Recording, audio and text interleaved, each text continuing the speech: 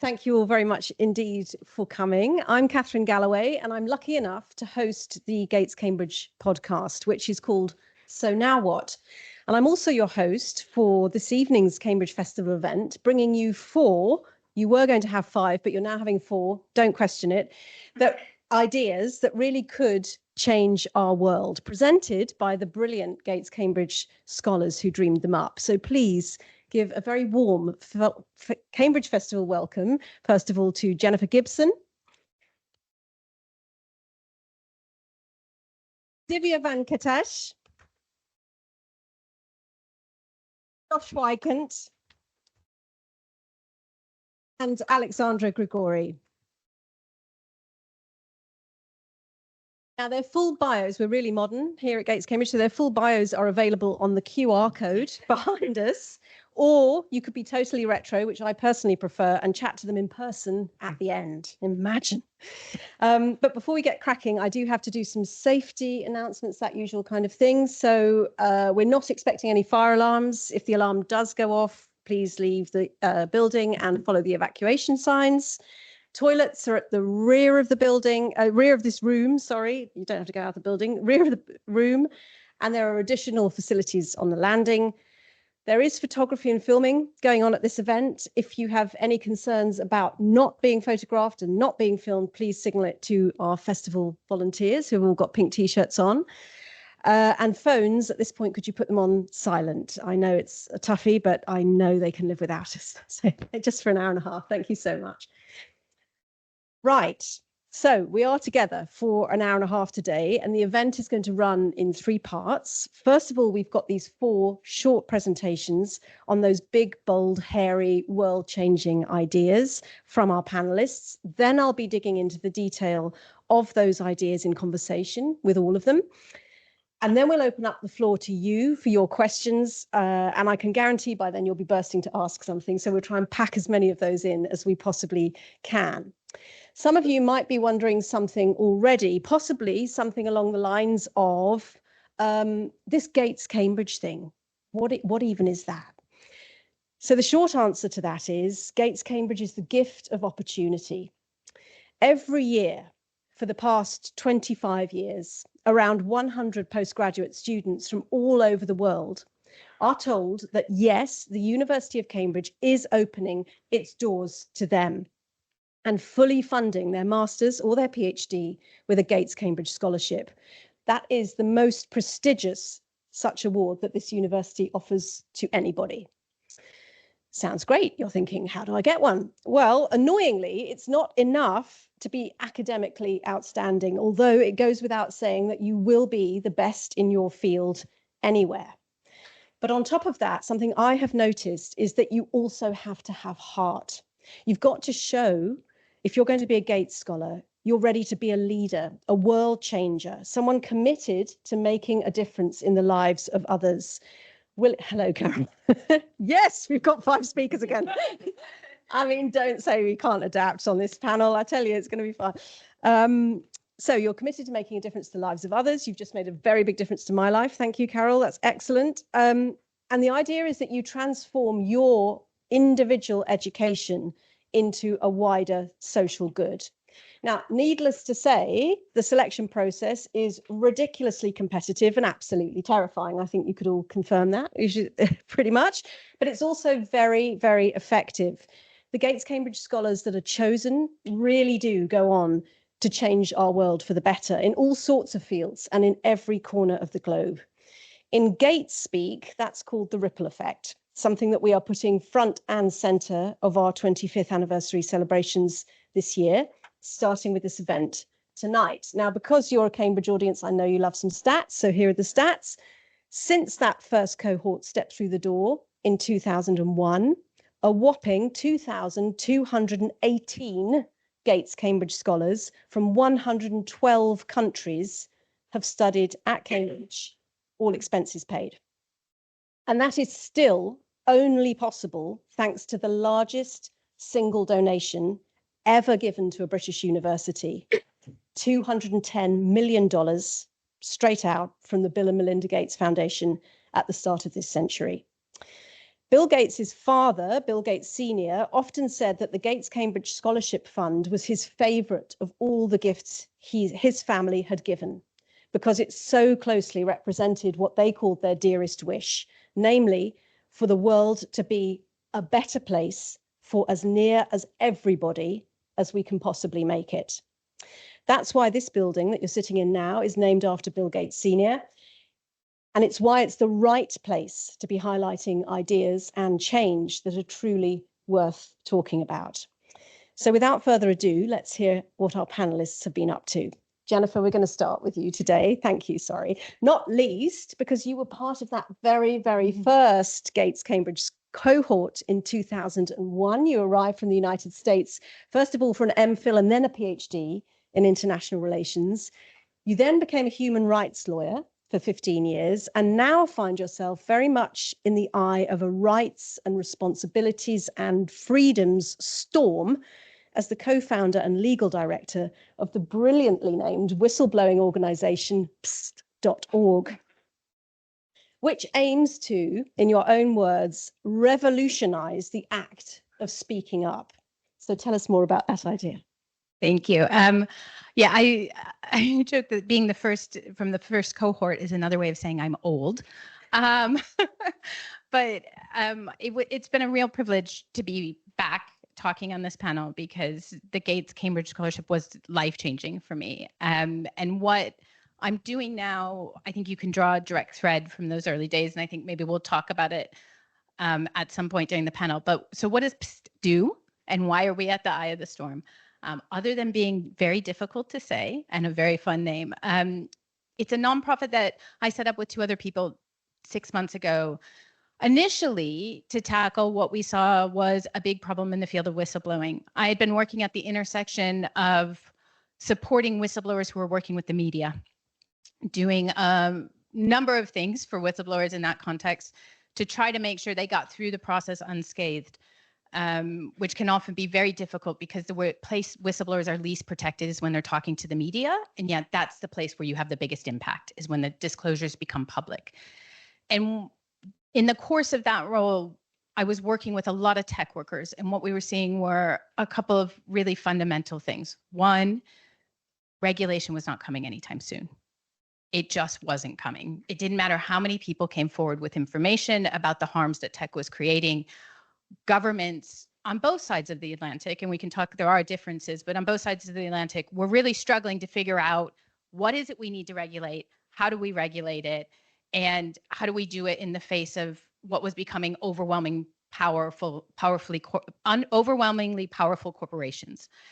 The other thing that was happening is we had this heyday of Frances Haugen's disclosures in 2021, where it looked like this is the start. Everybody's going to start talking. We know now that there are harms coming.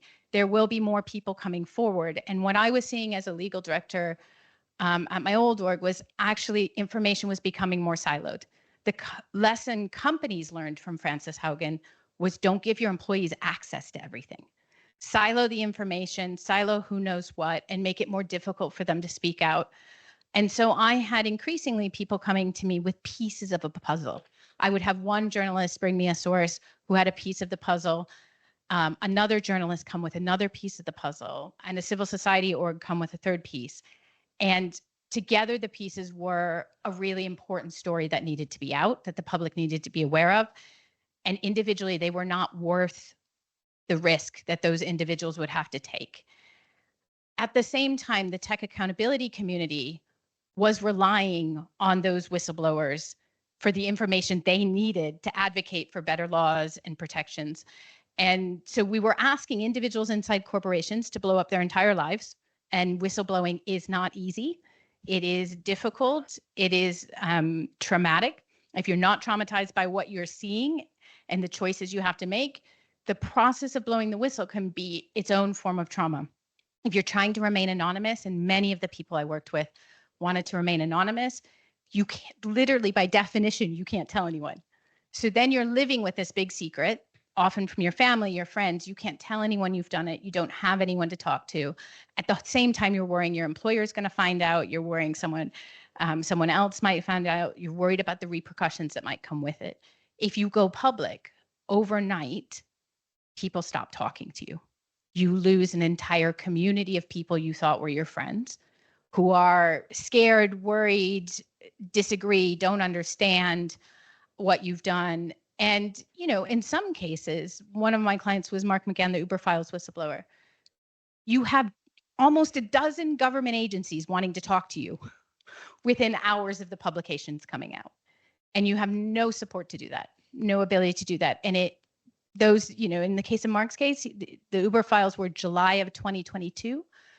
He's only now just coming to the end of his journey of dealing with all of the fallout from those disclosures. And so several of us, myself and my two co-founders, looked around and said, okay, this isn't working, right? It's becoming riskier.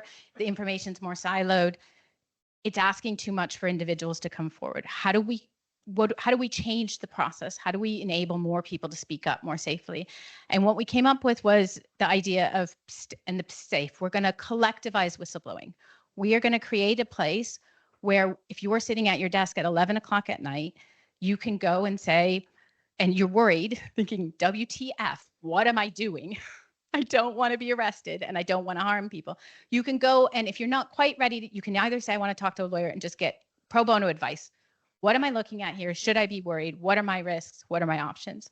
Or you can, if you're not quite there, deposit information and say, I want to wait and see if I get matched. I want to wait and see if someone else deposits information that's similar and related.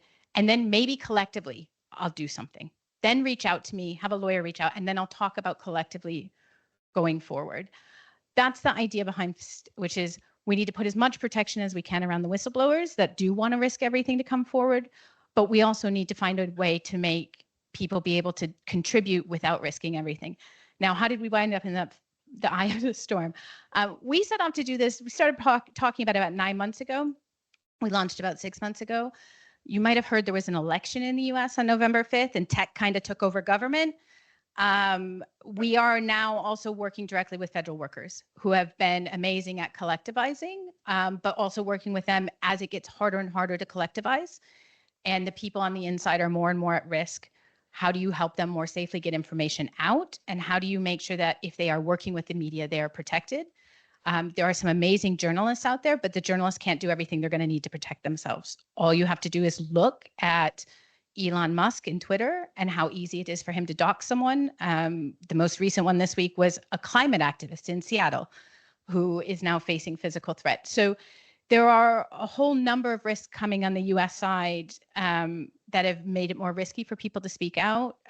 Tech companies are taking from what's going on in Washington, D.C., the idea that they actually now don't need to be worried about political repercussions. So one of the things that stopped many tech companies from suing the whistleblowers who came before was the political fallout that would have resulted from going after those whistleblowers. Congress in the US and the Europeans would have been all over them. You might have heard there was a book that came out this past week by Sarah Wynne Williams, who worked for Meta when it was Facebook. So at the time she worked there, it was Facebook, all about her time with the company during its early years. For the first time ever, Mark Zuckerberg, and let's not make a mistake here, this is Mark Zuckerberg, has sued the author of that book for her disclosures, has silenced her and gagged her and taken her into arbitration. That was preceded, that was not unexpected in some ways. 3 weeks earlier, Meta had an all hands on deck Friday afternoon meeting in which they told their employees, if you leak to the media, we are going to find out and we're going to fire you. 2 weeks later, they fired 20 people. They said they're not done. They're going to keep hunting for leakers. None of this would have happened 3 months ago. This is a direct result of what's going on in Washington, D.C., and the fact that at least when it comes to Meta doesn't feel the same political pressure they would have felt. So what we're seeing in relation to federal workers is they're suddenly faced with a corporate playbook on whistleblowing, which is very little protection, very little support. The federal workers had previously enjoyed a number of protections for speaking out.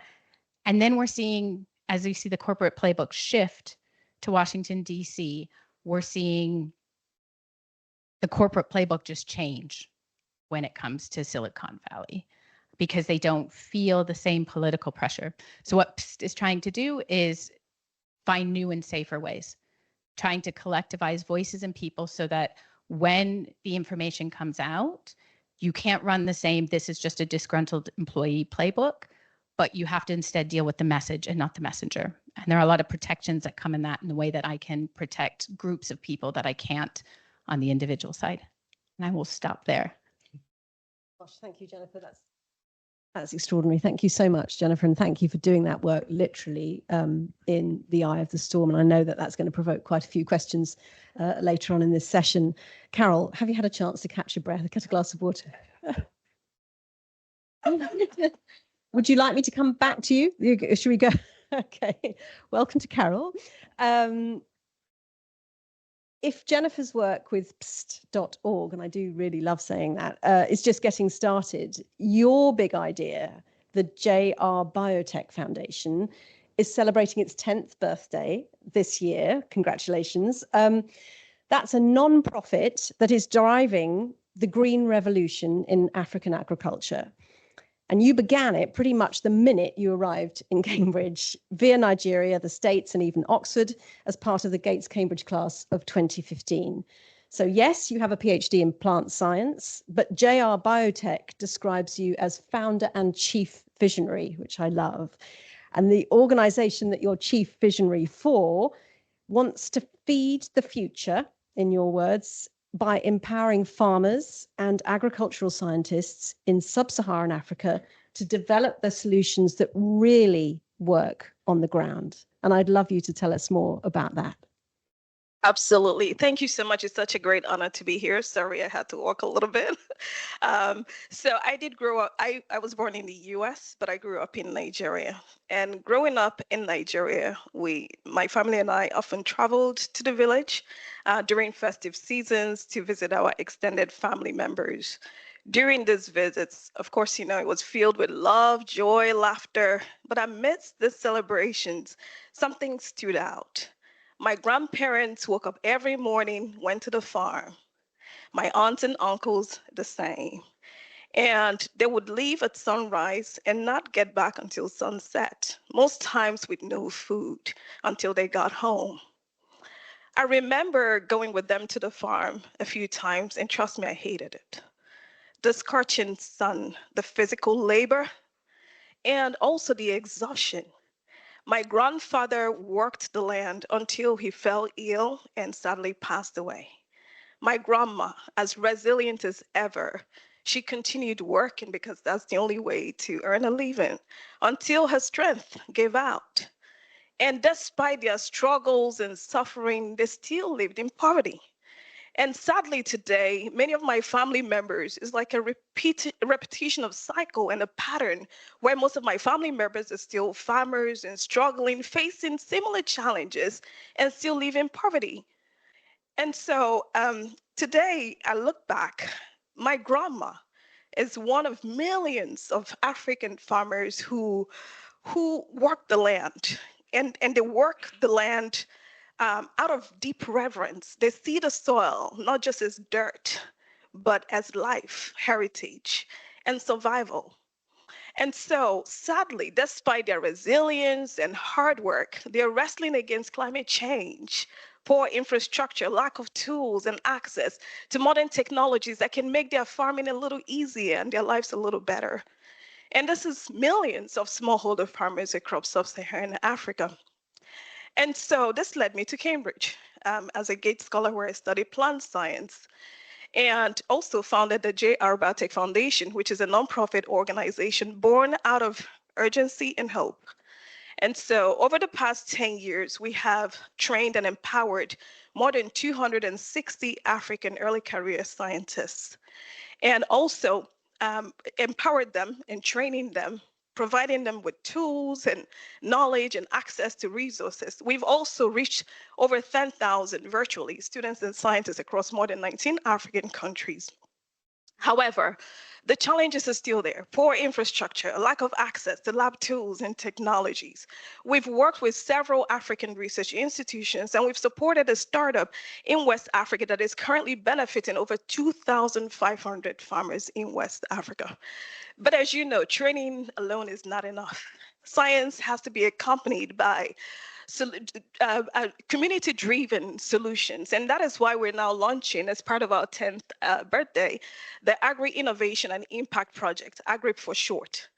AGRIP is a bold initiative that seeks to bring together 100 African scientists with 3,000 smallholder farmers to co-create climate resilient solutions for food security and sustainability. And although science is great, it can rarely drive engagement just alone. And so it needs emotion, story, and culture. And that is why I'm super excited about our J. Arubatek Art Gallery, which is a pioneering initiative within AGRIP itself that helps to tell the untold stories of African farmers like my grandma and my aunts and uncles who suffer and labor in the farms, but at the same time to give us a means of sustenance so we can generate revenue to support AGRIP, African scientists, and farmers. Now, through this art gallery, we will collect African art pieces, work that represent or captures the stories of the farmers, and by so doing, we can drive engagement and bring policymakers, investors to the table to understand the story behind the farmers' livelihoods. And so I'm really excited about next week. Next week, on Thursday, 27th of March, we're celebrating our 10th anniversary right here in Cambridge. It's an event called Roots of Resilience, Shoots of Success. And the reason we're celebrating this, we're bringing partners from Africa, we're bringing our friends and supporters for over 10 years. It's not just me. I know I'm the chief visionary, but there are so many people. It's like a whole village working with me over this 10 years. And so in Cambridge, we want to unveil AGRIP as well as share our success stories. And so moving ahead, we are really excited about this, and we do welcome support and also welcome you to be part of our transformative journey. AGRIP is more than just a project. It is a movement that sees Africa not as a landscape of challenges, but a land full of opportunities and potential. It is indeed a movement that does not want to accept hunger as, what it should be. It's not normal to be hungry or to live hungry and have a generational cycle of hunger across families. It's also a movement where science and art can intersect to drive change around climate and also agricultural sustainability. So you are invited to come to the event to celebrate with us and also to learn more how you can be part of the movement. The most important thing is, as a Gates Scholar, the Gates Scholarship gave me quite a lot of opportunities, the opportunity to meet marvelous people from everywhere around the world.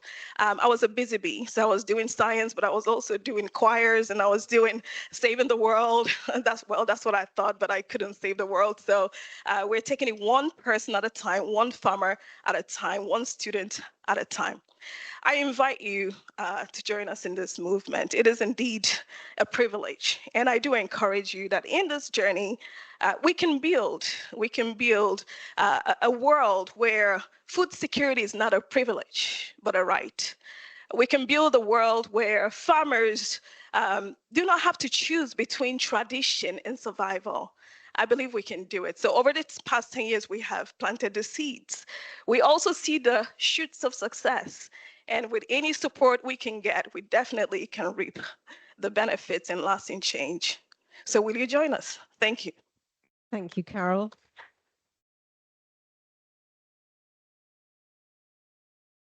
Thank you. That's absolutely wonderful. We're going to zip straight on with you, Divya. Your research on infectious diseases has underlined how interconnected we all are, just as Carol was mentioning there too. We're not just humans alone spinning on this planet, but we're vitally linked to other species, not least livestock and beyond. Having grown up in India, you came to Cambridge as a Gates Scholar in 2011 for a PhD in pathology, and you're now a BBSRC Discovery Fellow in the Department of Biology at Oxford University. I'm hoping that your world-changing idea is how we might be able to get ahead of the next pandemic, because there will be a next pandemic, or at least understand it a little bit better. Thanks, Catherine. Hi, everyone. So my virus of interest is influenza A virus. And I think we should be studying influenza viruses in seals. So influenza is one of those viruses that presents a pandemic risk. And we know after COVID, pandemics are no joke. I'm here to tell you, unfortunately, that another pandemic is very likely to happen, and it's possibly going to be an influenza one. We've had 4 influenza pandemics since the beginning of the 20th century. So it's possibly going to be in our lifetime. And the common thread with all of these 4 pandemics so far have been that at least part of the virus in some way comes from birds. And this is because birds are the home for flu. They're the natural reservoir where all flu viruses come from. So either it could come directly from birds or via an intermediate host like pigs, which is what happened in the 2009 pandemic. How I got into research was kind of by chance. I almost did English literature at the end of high school, but I was kind of swayed by the scientific developments of the time. The Human Genome Project had just been completed a few years ago. Now I feel old. And Bangalore, where I was based, was going to have a biotech revolution coming right on the heels of an IT revolution. So yeah, I ended up doing science, and I was introduced to infectious diseases during my time, during my PhD as a Gates Scholar here. And I love being a PhD student. And I love the research, but the highlight also has been the opportunity to be part of Gates, Cambridge, and also these college communities. And this meant that I was surrounded by people who are doing cool things and thinking deeply about topics that were completely different from mine. And that was the first time I had that experience, and I really treasure it. It also broadened my approach to research and collaboration, led to a lot of side projects, and it was quite a lot of fun. I also learned that I was a total klutz in the lab. Couldn't hold a pipette. So I switched to bioinformatics. So for postdoc, I started to study influenza virus evolution, all computational. And the big question, of course, in flu research is, can we predict, prevent, and properly respond to the next flu pandemic? And one of the crucial things with this is to try and figure out where the next flu pandemic virus can come from. There is, of course, livestock, which present the greatest threat. We are constantly exposed to them. They're very dense populations, but these are already quite extensively monitored globally. But what about other reservoirs? And this is where seals come in. This was also another chance event. We were going to write up a case study that the Animal and Plant Health Agency of the UK sent us. It was about a grey seal pup that was stranded, and they found that it was infected with a flu virus, but showed absolutely no signs of disease, which I thought was weird, but also mostly because I had no idea that seals could get the flu. So as I dug deeper, I figured that maybe seals are more important to the ecology of flu viruses than we thought. You might ask why. One is that they're possibly imported directly as a potential mammalian reservoir for flu that we know almost nothing about. So if they are silently spreading the flu among themselves, they present a risk to other wildlife as well as humans. Second, they can act as a kind of natural experiment. Flu spreads freely in wild seals. There's no human intervention involved. So this could give us insight into how this virus adapts to mammals over time, when it's left alone to do its thing. Among other things, we would at least know what to look for when we're doing surveillance for pandemic risk. And finally, there's a biological mystery here. There's gray seals, they're completely fine when they get a flu infection. And there's a closely related species that occupies the same habitat called harbor seals. And these have mass die-offs when they get the flu. Hundreds or thousands of them die at once. And why is this? I think if we can figure out why, whether it's genetics or immunity or other reasons, it could lead to potentially new disease interventions down the line. So while I was getting ready to come back from maternity leave to start this project. This was around 2021-22. Bird flu H5N1 kind of exploded onto the global scene. This virus has had such a devastating impact globally on so many different species that it's been dubbed an animal pandemic. So yeah, there's a pandemic already. And seals were among the worst affected wild mammals. And right now it's spreading in cattle, which is another livestock species, and in the US where there's chaos. So it has huge implications.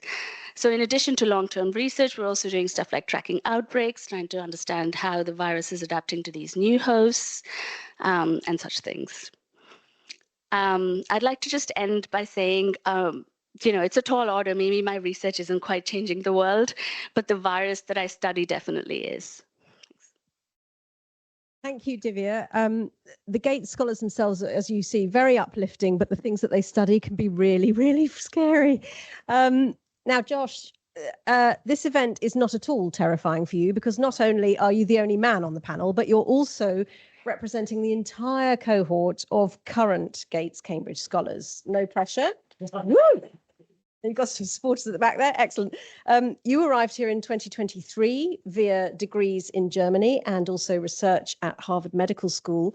And you're still working away on your PhD in engineering. Thanks for taking the time to be here. This is not, though, everybody, the big, loud, bashing things with hammers type of engineering that you might be imagining.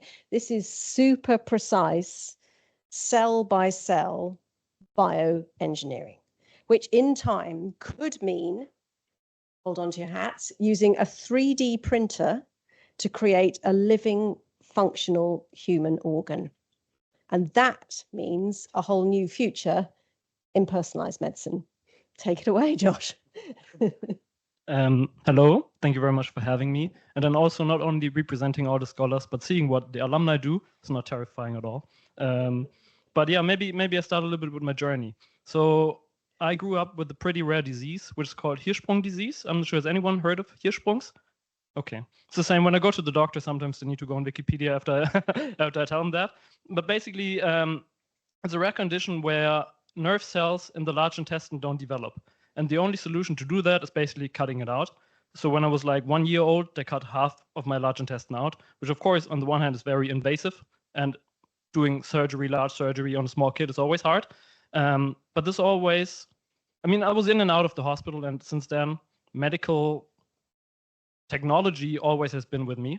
But I was never too good in school to do anything with medicine. So basically, in Germany, you need to have a perfect grade to become a doctor, and I had very average grades, but I was good in physics. And then I started studying engineering, not really knowing what I want to do, always leaning towards the medical direction, biotechnology direction, but never having specific focus.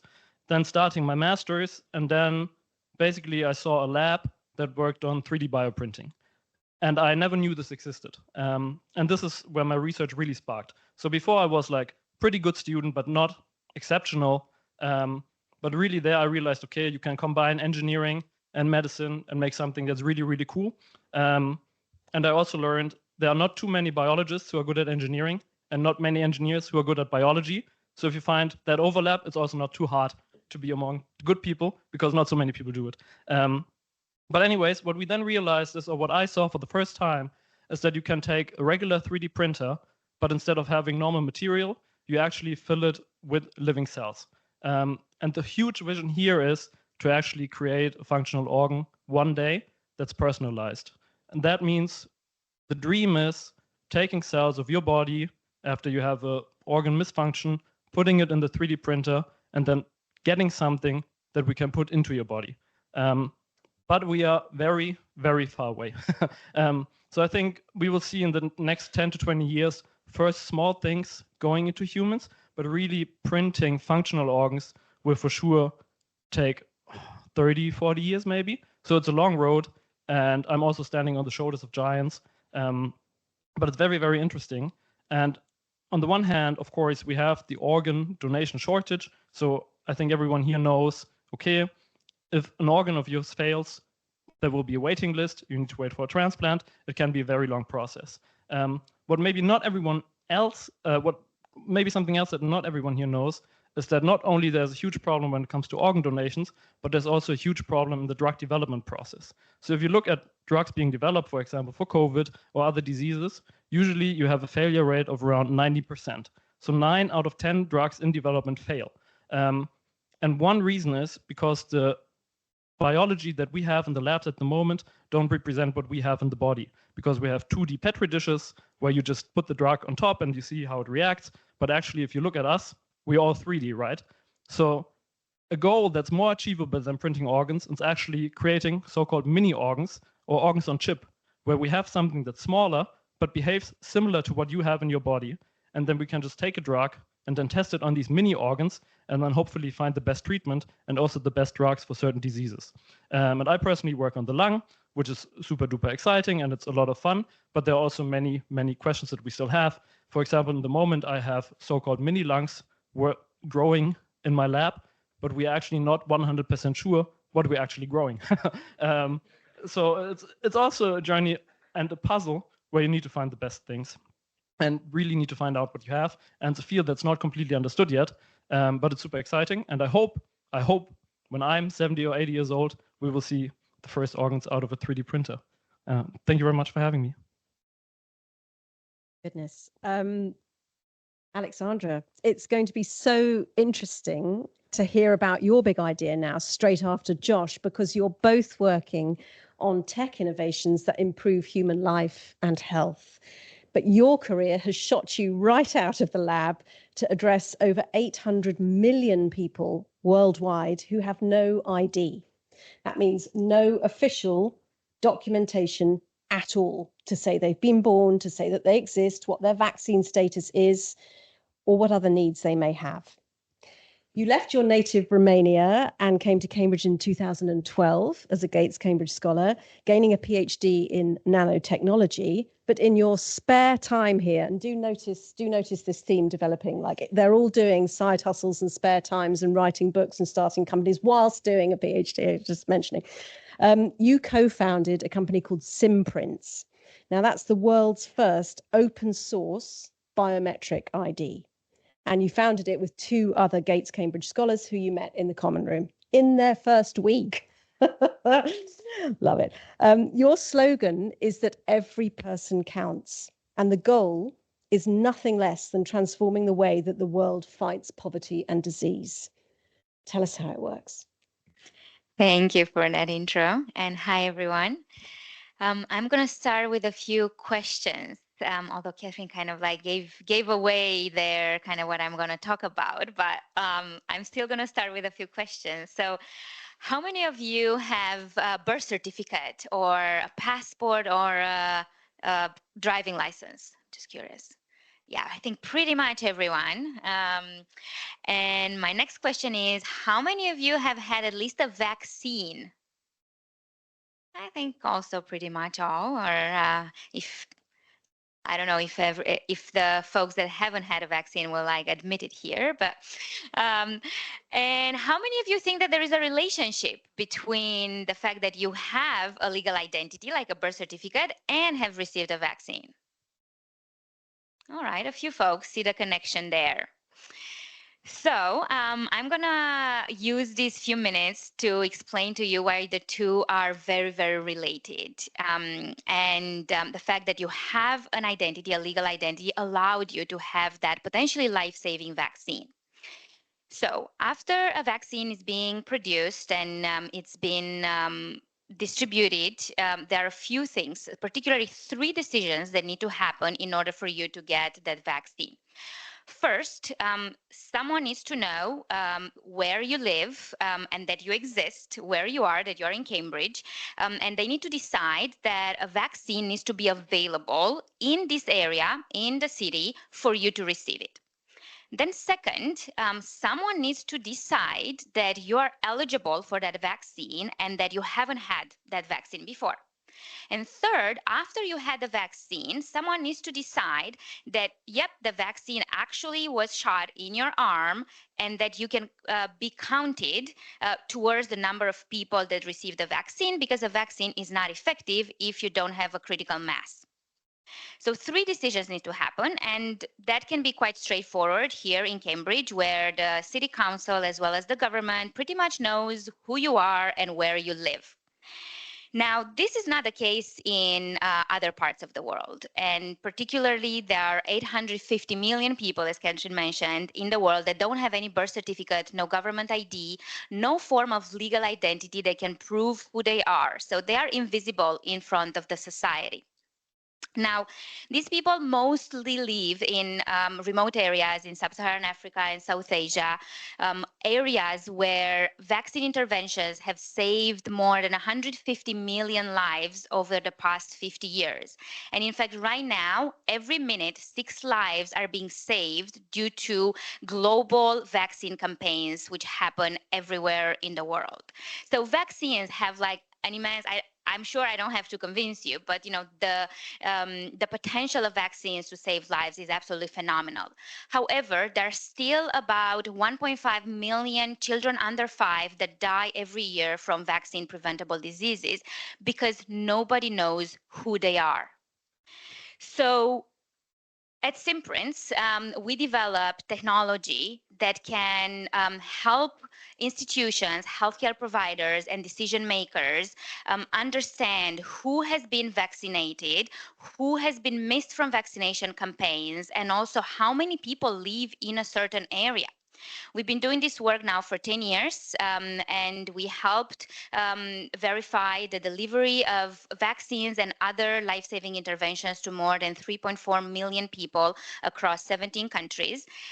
Simprints was started as a side project. It was a weekend project while I was doing my PhD, and it now turned into a social enterprise. We're a nonprofit organizations working with ministries of health and NGOs in Ghana, Ethiopia, Bangladesh, and other countries, helping distribute vaccines like the new malaria vaccine that comes in 4 doses. And our platform, our technology is based on AI and biometrics using a mobile phone. So a regular phone can be transformed into a tool that can link a person to their medical records using their biometric features like their face or their fingerprint or their palm without the need of an additional official ID. So I really believe in the power of technology to help us prepare for the next pandemic in particular, and also to help deliver life-saving services to the most vulnerable populations in the world. So I'm sure everyone here in the room has some sort of relationship with their mobile phone. Some, are probably more intimate than others with their phones. And I'm sure everyone here sometimes gets frustrated with their phones. So next time you get frustrated because your phone doesn't recognize you with your new fancy sunglasses, or you take a picture of your cat and it's blurry and you get frustrated, or you are afraid that AI is going to take over our jobs and have all sorts of negative consequences, do think as well as the transformative power of these tools to save lives, one finger tap at a time. Thank you. Thank you very much to all our 5 speakers. You're all incredible. Don't need to underline that. I'm going to keep my part of the questioning very short to give you guys more time to ask your questions, but I'll just do a very quick fire round if we can, so that I hit my sort of 7 o'clock marker. Can we stay with you, Alexandra? I know you've barely caught your breath and you've just put your microphone down, but just so as I understand it, Simprints uses both quite complex AI and, as you say, very simple mobile phones to reach people in the most remote areas in the world, and those people are often the most vulnerable as well. Is what you're doing just largely linked to vaccines, or are there other areas that you can see this scaling out to?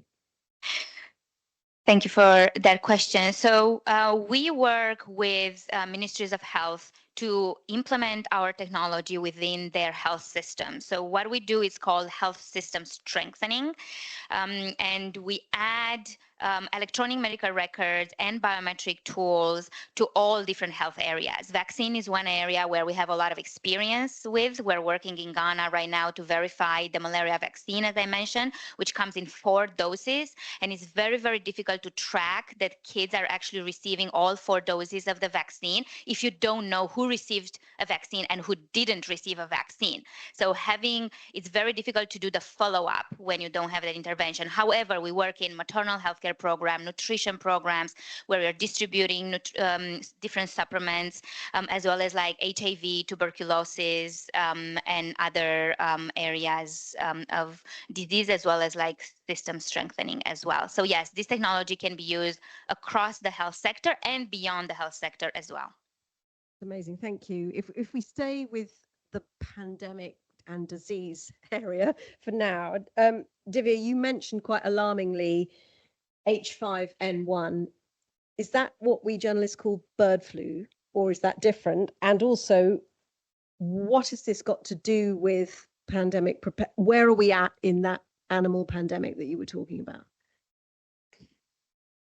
Thanks. Thanks, Catherine. So H5N1 is one kind of bird flu, and it kind of originated in 1996 when when a normal low pathogenic bird flu spread in poultry and became a highly pathogenic type. Since then, it's kind of circulated in poultry and in wild birds, and every so often it flares up and causes a lot of human infection, and people are like, oh my God, there's going to be an H5 pandemic. And this time has seen a massive change in 2 years that's equivalent to the kind of change we've seen in the last 20 years.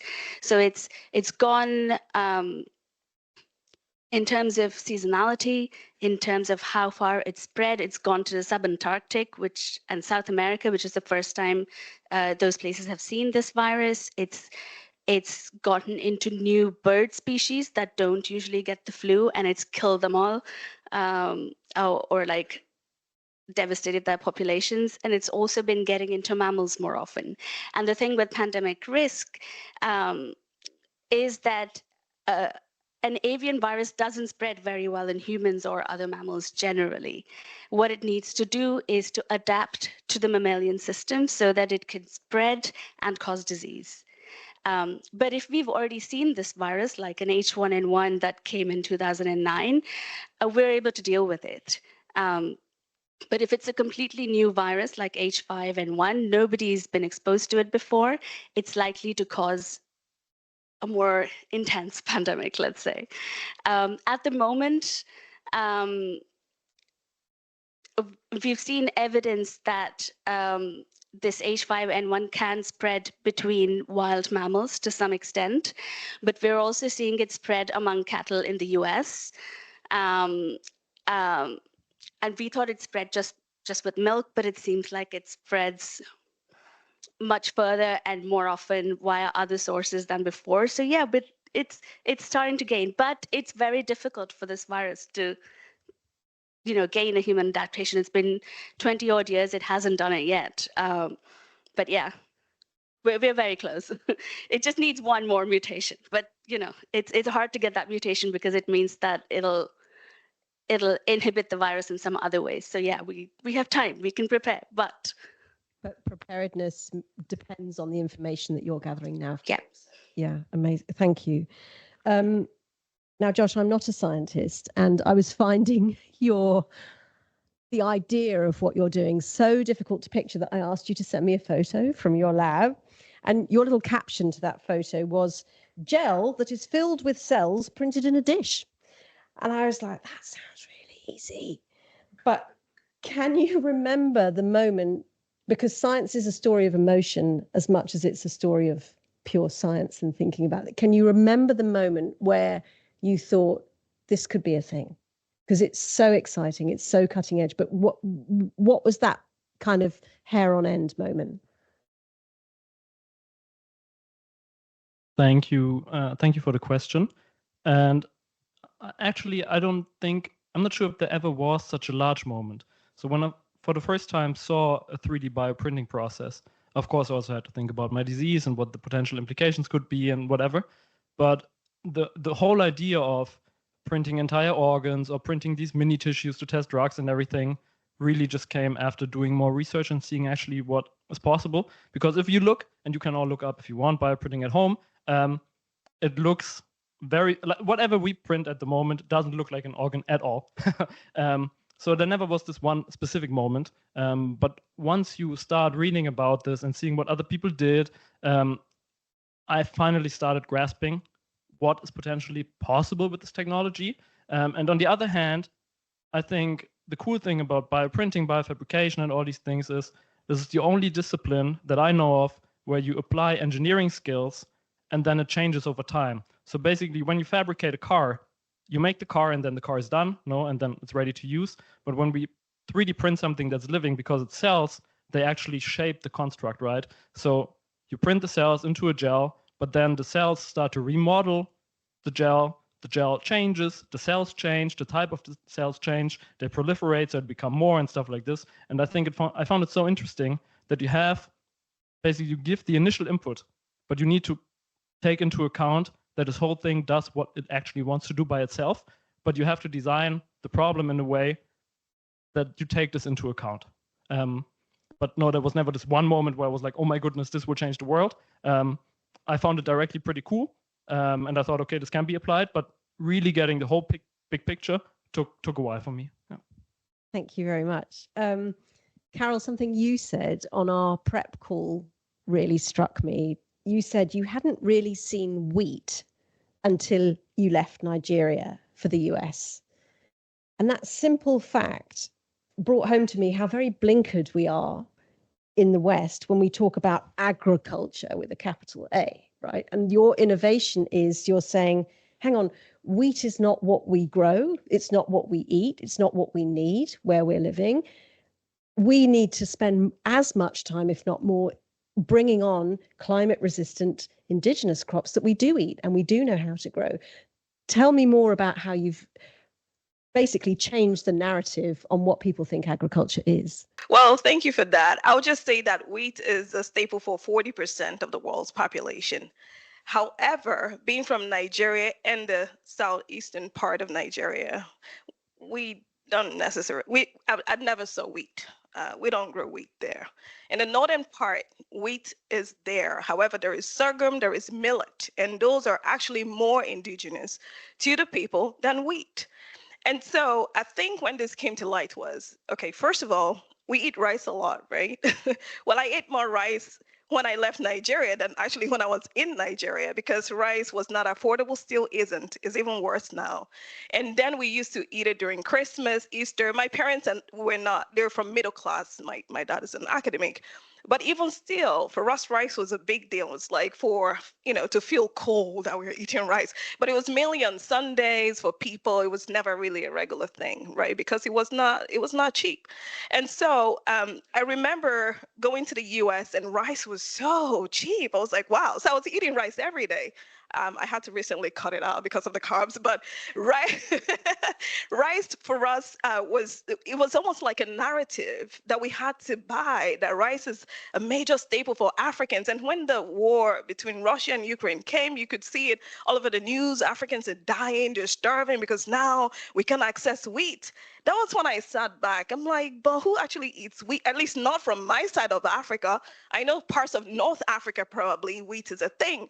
But even if you go to the history of even maize that most Africans think is our staple, it came from Mexico, right? And actually it came in the East African part. They rarely even grow these crops. They're mostly imported.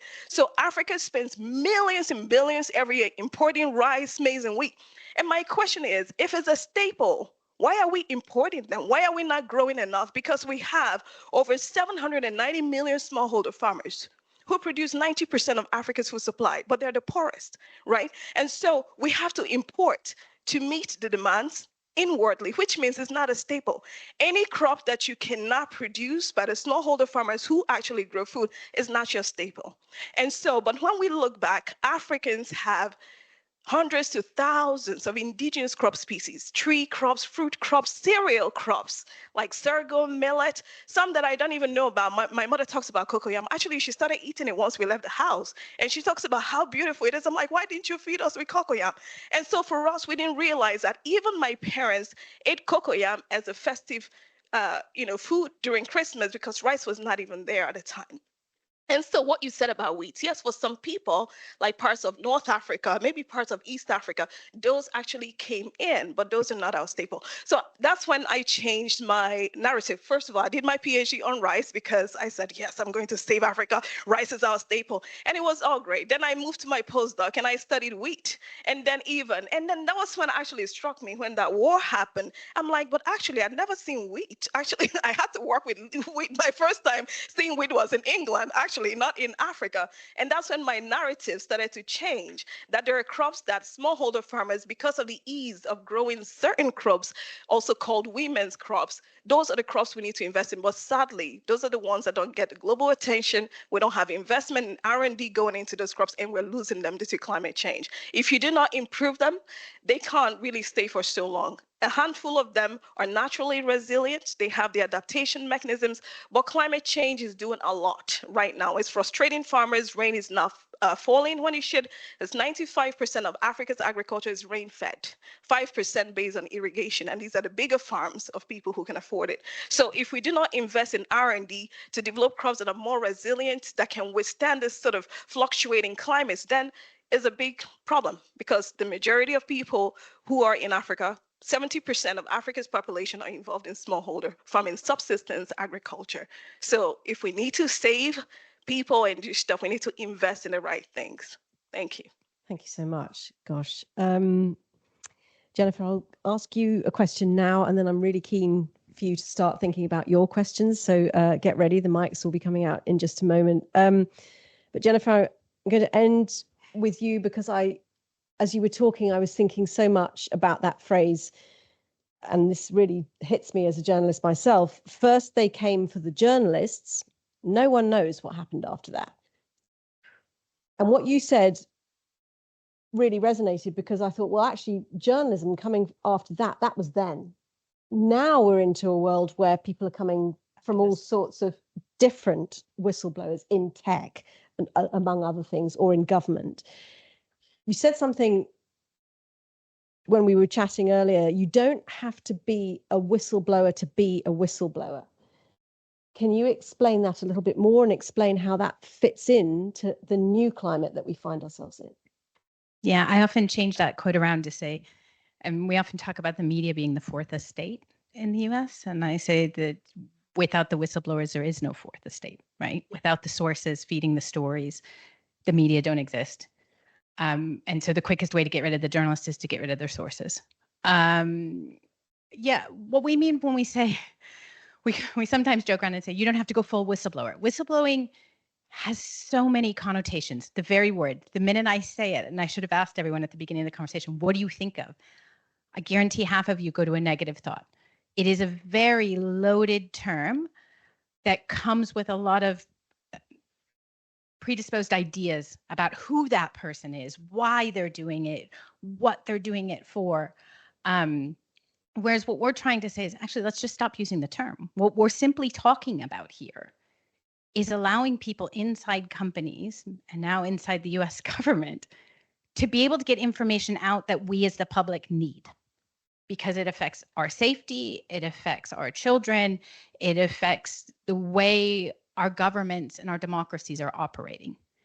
And until we get to a point where we can move away from the idea that of whistleblowing, of this phantom person who's going to risk it all to save us, right? And then start moving to a collective where actually, if you're working in a tech company right now, or you're working in an AI company, and I often distinguish between the two, and that company is doing something that potentially is harming all of us, you have a duty to say something. And what is saying to you is, we're going to make it safe for you to do that. We're going to make it safe for you to do your duty, which is to warn all of us. And we're going to help you get the information out. And we're going to do it because I guarantee you are not the only one sitting inside that company worried. every time there's a whistleblower, I hear from 15 other people in that company who were worried about the same thing, who saw related information, who couldn't amplify the story 100 times. And the stories aren't getting out. And so if we're going to have accountability, and quite honestly, if we're going to keep the guardrails on, at least in the US and possibly elsewhere, then we've got to make it easier to move away from whistleblowing to a culture of speaking up, where people are protected when they do speak up.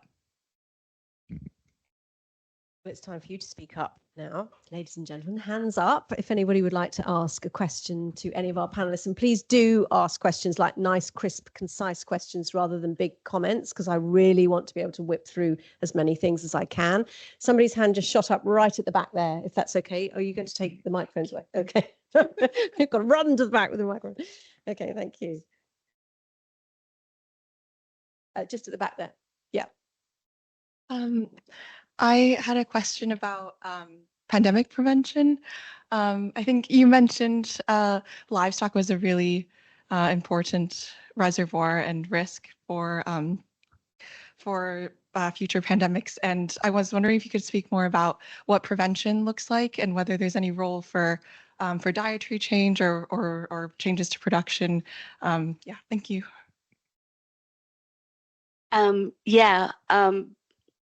The way we grow livestock, especially in high-income countries and increasingly in other places as well, is that you have very densely populated areas full of poultry or pigs, which makes it really easy for a virus to spread through them. And you have humans that are very much exposed to them every day. So there's an interface between humans and animals, and the conditions make it very easy for viruses to spread between those animals and amplify there. So that's why livestock are a huge risk, and this certainly comes straight down to how we grow. How we grow these animals for food. I think there is something to be said there. There are people who advocate for us to have less intensive farming, so that the risk of a virus amplifying there is lower. But I mean, we have to be careful about where you're trying to stop this, because parts of the developing world are just now being able to get animal protein in their diets at such levels. It wasn't there before. So we have to be careful about where we do make these changes. There's lab-grown meat that's starting to gain traction. So there's lots of other ways, but I think they are quite far in the future at the moment. So certainly there is a case for reducing meat consumption and having alternative meats, protein sources in place. But at the moment, I think the best we can do is in terms of biosecurity and surveillance with what we have right now, in that you're checking for presence of virus in livestock, as well as the humans who are exposed to them. We should potentially consider vaccinating livestock, or and especially humans who are exposed to them every day. I think that a multi-pronged approach really is sensible. Okay, somebody put a hand up just over there, I think. Did I see you there? Okay, perfect, thank you.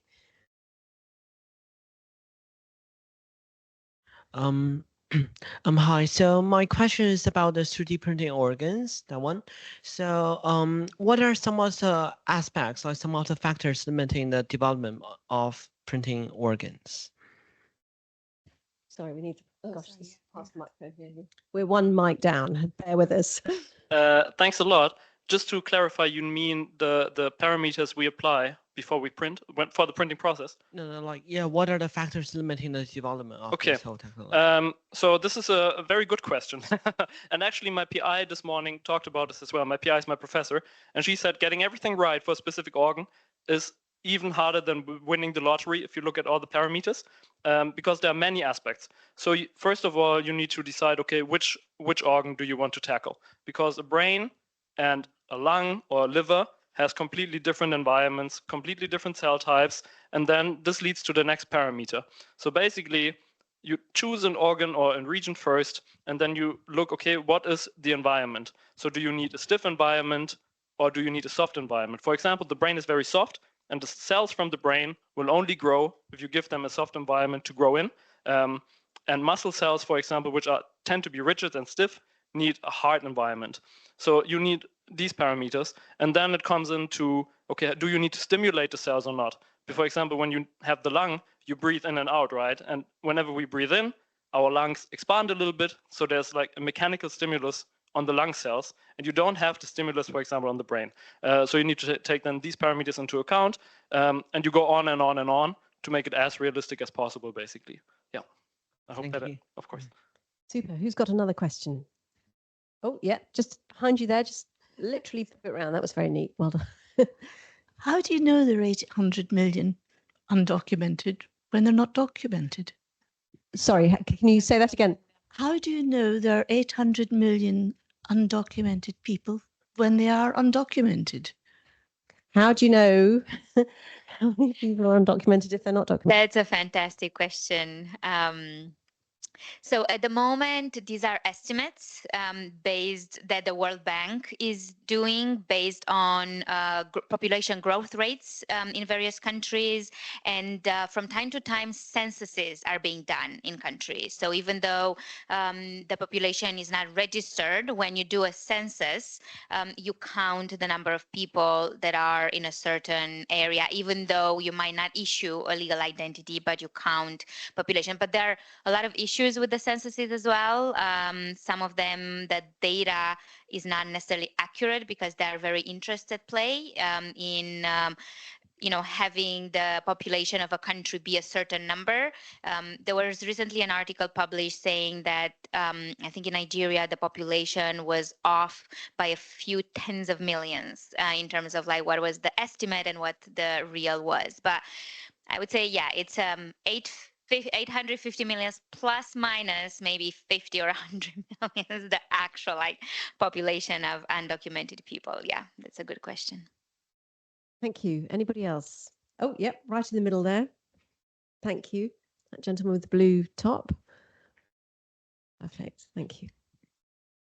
Thank you for the very interesting talks this evening, particularly interested in relation to whistleblowing, given the state of the world at the moment. And I just wondered if there have been many attempts to close down your company by various large corporations or indeed even governments. No, it's a really great question. So we were actually talking earlier.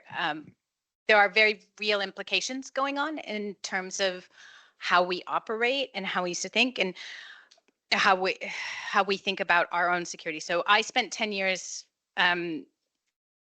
investigating, litigating, and advocating on war and terror issues. So national security issues, often suing the US and the UK and Germany and pick a handful of allies for what were called gray zone conflicts, drone strikes, and special operations raids in areas that were not declared war zones. And I had to, in that context, take a number of security precautions I never thought I would have to take again. And we are having very real conversations inside the organization about things like, can I carry my laptop into the US? Can I carry my phone into the US? Do I have to make it clean before I go in? Where do we station our server? Where's our data held? Do we have to worry about raids? Do we have to worry about the security of people interacting with us? What is it? And we had already taken a number. We're working with some of the top security people around the safe and the encryption around it and protecting that.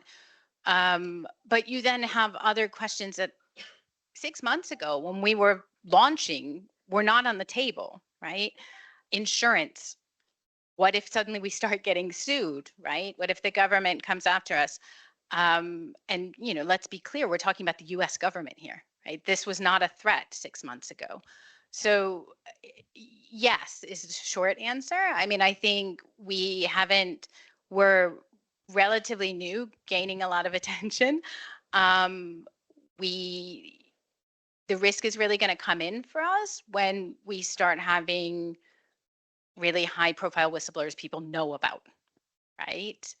And we expect that to happen, and we're taking a lot of steps that, quite honestly, I just wouldn't have expected us to have to take. And there are very practical implications for someone who runs an organization. Like, suddenly insurance is twice the price it was supposed to be. At one point, it wasn't clear we were going to be able to get insurance. The US insurers did not want to insure us because it was seen as too risky. And so there are all kinds of dynamics like that also that, again, I feel like I'm back where I was when I was doing more on terror work. I'm having to operate in an environment. And what I'm telling journalists that I'm talking to is, you need to start operating in that environment. You need to assume you're back in, a kind of world where the standard security is not going to hold, and journalistic privilege is maybe not going to hold. And it's why part of our setup has been to put everything under legal privilege, because the companies love to put a lawyer in the room. Let me tell you how many companies have not been held accountable for things because they put lawyers in the room, right? There's a reason companies like Meta hire more lawyers than engineers. And what we're basically saying is, you want to play that playbook, we're going to play it. We're going to put a lawyer in the room on everything and then claim legal privilege on it and challenge you to reduce your own legal privilege if you come after us. And so, yeah, the short answer is yes. And we hope we're doing enough, as does most of everyone else in the US on civil societies.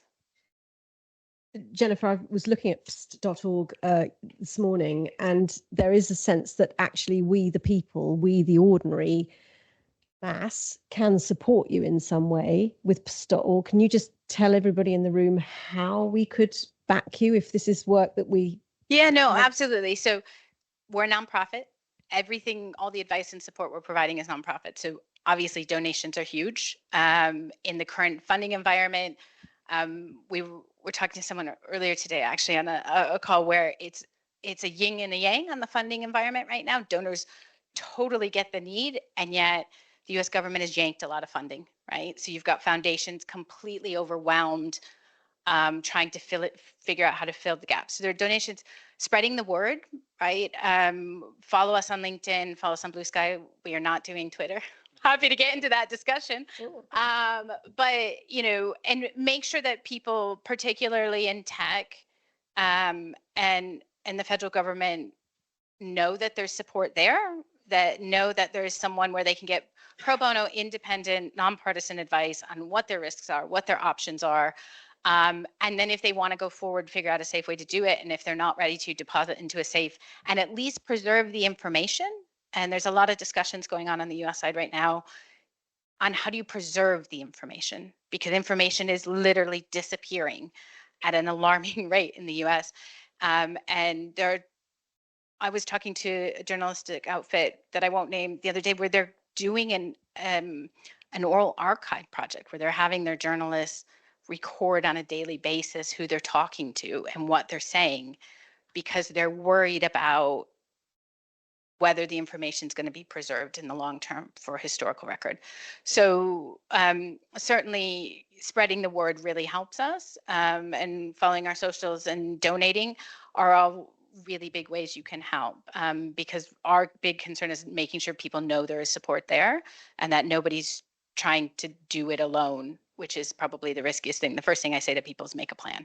Without a plan, this is going to get really bad really quickly. And once it gets bad, it's much harder to fix after it goes bad.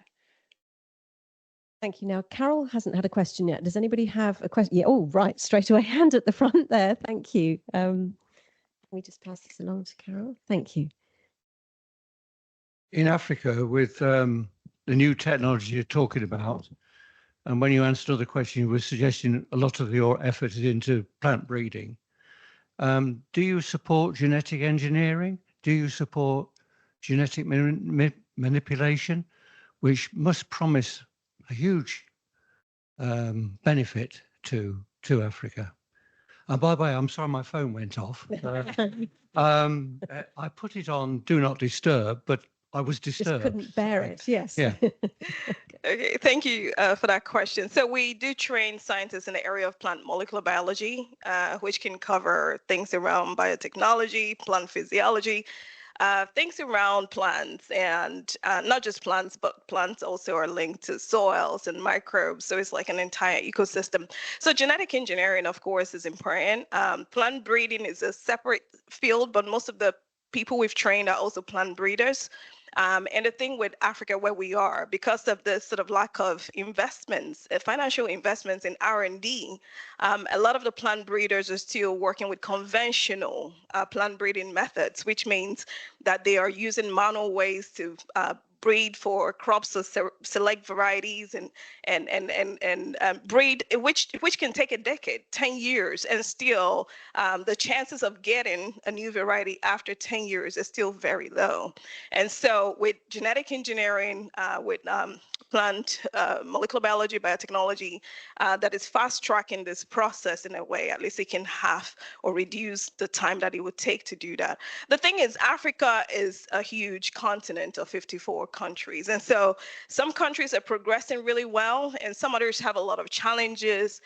Countries like Ghana, even Nigeria, they passed the biosafety laws many years ago. And even now they're doing trials for GM crops around cotton, of course. The public sort of acceptance is still low, but it's much better than how it used to. My thing with technologies like that going into Africa is if you're not investing in African tertiary education institutions, I mean, Africans have enough scientists. There are 1.2 billion people in Africa. A significant proportion are educated. So if you go to the universities, there are an overflow of people. So we're not lacking talent. What we don't have is the right infrastructure investment. So if you will train and leave the capacity there, and they have the labs, they have access to tools and so on, then they can breed their own crops. I think the problem is when Cambridge sort of, I did a lot of manipulating of wheat and so on. And it's great because we have the funding and so on. But where I have a little bit of a concern is when you are developing solutions for Africa from Cambridge, a Cambridge lab. Now we are growing sweet potato in UK, we're growing Bambara groundnut, but you can never grow it outside of the lab. And so you can't grow it for Africans who actually grow it.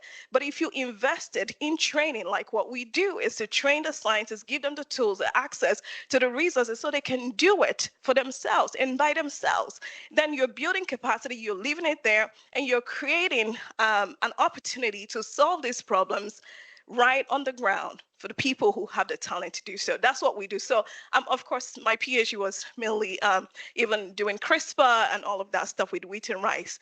But to import it to Africa, I don't support that because I believe we have people who are brilliant who can do it. We just need to invest properly in the right things in the right time. And that's what we do.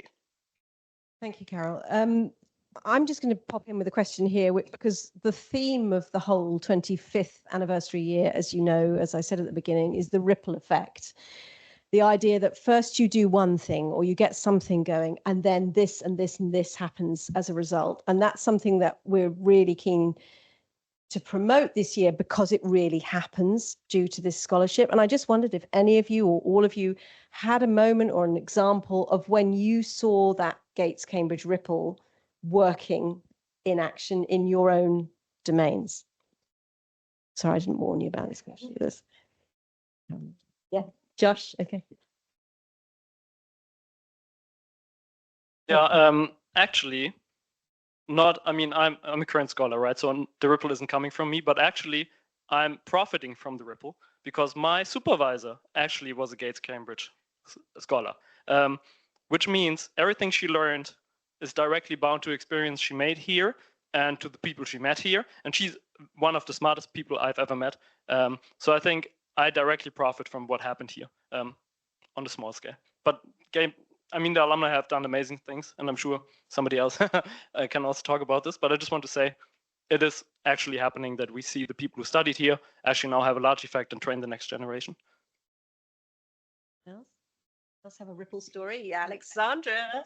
Go. Yeah, I have a ripple story following that comment. So Simprints was started by 3 Gates scholars. So we met through the Gates community. And we also just had our 10-year anniversary last month. And we also opened our first office in Africa, so our first office in Ghana.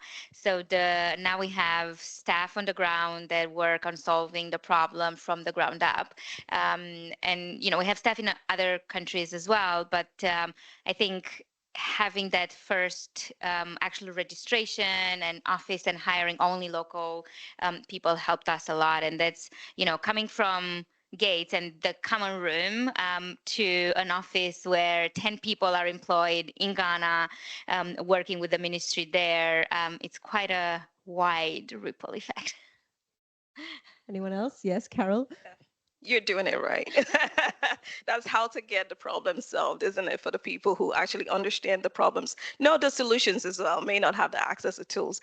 So for our foundation, we have Rebecca, who used to be the president of the Gates Council. When I actually came into Cambridge, she's one of our board of directors for the foundation. She actually has flown. I don't know if Heathrow has now, there's the problem there, but she'll be here next week for the festival. There's also another Gates scholar who's involved in our team. He's based in Ghana, so he moved back and he works for university there. He's a sustainability expert.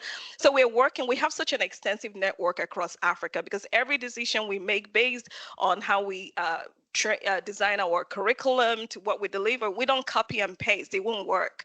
We work with the people on the ground. We're very much in touch, and that's how we're able to make this effort. So the Gates community is wonderful, and people are always willing to help and contribute their time and their talent. And we've had this, and there will be here. Actually, also Albert is flying in from Ghana as well for the event. So we have people coming from across the globe to celebrate. So if you have time, stop by 27th of March. Just advertising. Thank you. Okay, I think we've got time for one more question from the audience. One more. Anybody? Yes, you gentlemen in the second row there. Thank you.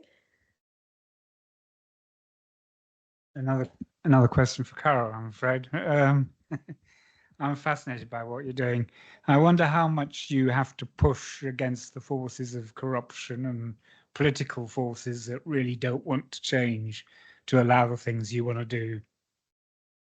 Yeah, that's a political question. And I would say that there's corruption everywhere. I mean, America is not very different from Nigeria at this time. Where I'm from, I'm sorry to say that, but I'm really, that's quite a lot. So I've seen a lot. I think what we have done deliberately as an African woman, there are spaces I wouldn't put myself in. Someone with integrity and honesty. There are people that we have said no to. We can't partner with you. We cannot, for reasons like you mentioned, or people who are not genuinely passionate about the cause. They want to attach to what you do, to the glory, because they want to be seen. They want to have access to the networks and the funding. We say no politely, but we have identified through 10 years working with partners, we've found the right ones. And I think that's what matters, is really finding that one right partner in one country who can then work with you. And that's how we've done it. So for now, we're staying away from government and we're working with institutions and individuals. And I can say this, individuals make up a government and a country, but once you meet those who are passionate, it works. I would also say on this part of the world, we have also faced quite a lot of resistance, I must say, in terms of the same resources that others have access to, we don't have access to it. Despite our education and how much we talk and so on, you don't get access to funding because you will always be rerouted to somebody based in Cambridge to be the face. And I've always said no. And so for that reason, we're not raising the funding as we should, because it's always like, oh, can you get someone else to do it with you? And I'm like, are we not enough? We've been doing this. We have, shown we can. So that's why the art is coming in. We're now sitting together as African scientists with supporters who are non-Africans to think, how can we within Africa? Africa is not a poor continent, right? We have so much talent and so much resources. How can we sit together and create something with what we have? This is how the art came in. And so we're working with artists and they're doing great. They're selling their artwork, but then to recreate narratives around African crops and African farmers, we sell them. Profit goes into our work and we still look for other funding. So we're not totally and solely relying on donors or funders who will give you money and change the vision. They tell you, no, we don't know cocoyam, but we know wheat. Can you turn and work with wheat and not rice? We're like, no, but we want cocoyam. They're like, no cocoyam. So it depends on what you want. And a lot of African researchers, sadly, would tell us they're working on crops they truly don't care about because that's what the funding is. And behind the scenes, they're really crying and weeping because that's not what they want to work on, but because African governments are not also contributing to R&D spending, is a problem. So he who plays the piper dictates the, you don't know it? Pays the tune. That's it. Well, well, thank you. I hope I answered your question. Wow. Well, that's it. We have to wrap now. I know we could have gone on for quite a lot longer. Thank you all for being such a terrific audience this evening and for your fantastic questions, which frankly were better than mine. And thanks also to all our Gates Cambridge panelists who have shared their energy with us and their ideas in such an inspiring way. Sitting here tonight has reminded me of that classic saying, but what can I do? I'm just one person, said 8 billion people. And I hope that being in the company of these 5 people this evening has shown us that we don't actually have to think like that. We do have the power to change the world for the better. We may not all be Gates scholars, actually very few of us are, but they can't do it alone. So a huge, big Cambridge Festival thanks to Jennifer Gibson, Carol Ebay, Divya Venkatesh, Joss Wygant, and Alexandra Grigori. And as we applaud you this evening, we're showing you our appreciation for your work, but also, I hope, pledging you our support, whatever that turns out to look like. Thank you. I would just also very much like to thank the indefatigable, unflappable Mandy Garner of Gates Cambridge, who produced this event tonight, as well as the podcasts and about a million other things, and also to Holly Tilbrook, who has been helping us this evening, moonlighting from her usual job as the interim director, and also our lovely Cambridge Festival volunteers who've staffed it for us. I will just say, as Carol has mentioned, there is more Gates Cambridge action still to come at the Cambridge Festival. Next Thursday, 27th of March, Carol's up again. That's offering a full day showcase, as you heard, of this first decade of the JR Biotech Foundation. That's at the Sainsbury Laboratory on Bateman Street between 9:30 and 5:30. That event is called Roots of Resilience, a decade of empowering African ag scientists for food security and sustainability. Then, same time as tonight, but next Friday, that's the 28th of March, there's the screening of the new documentary Black Town and Gown on the Black presence in Cambridge. That's inside and outside the university. This looks amazing, and it was co-directed by Gates Cambridge scholar Seetha Tan, who's right here at the moment doing a PhD in sociology. That's at Lady Mitchell Hall on the Sidgwick site. So it's free to attend, but you do have to book, so crack on with that. On Tuesday, the 1st of April, Gates Cambridge scholar Lior Zimgrod will be presenting her brand new book, which is called The Ideological Brain, Exploring the Science of Susceptible Minds. That's at the Cambridge Union from 7 p.m. on the 1st of April. It's free, but you do have to register for a seat for that one too.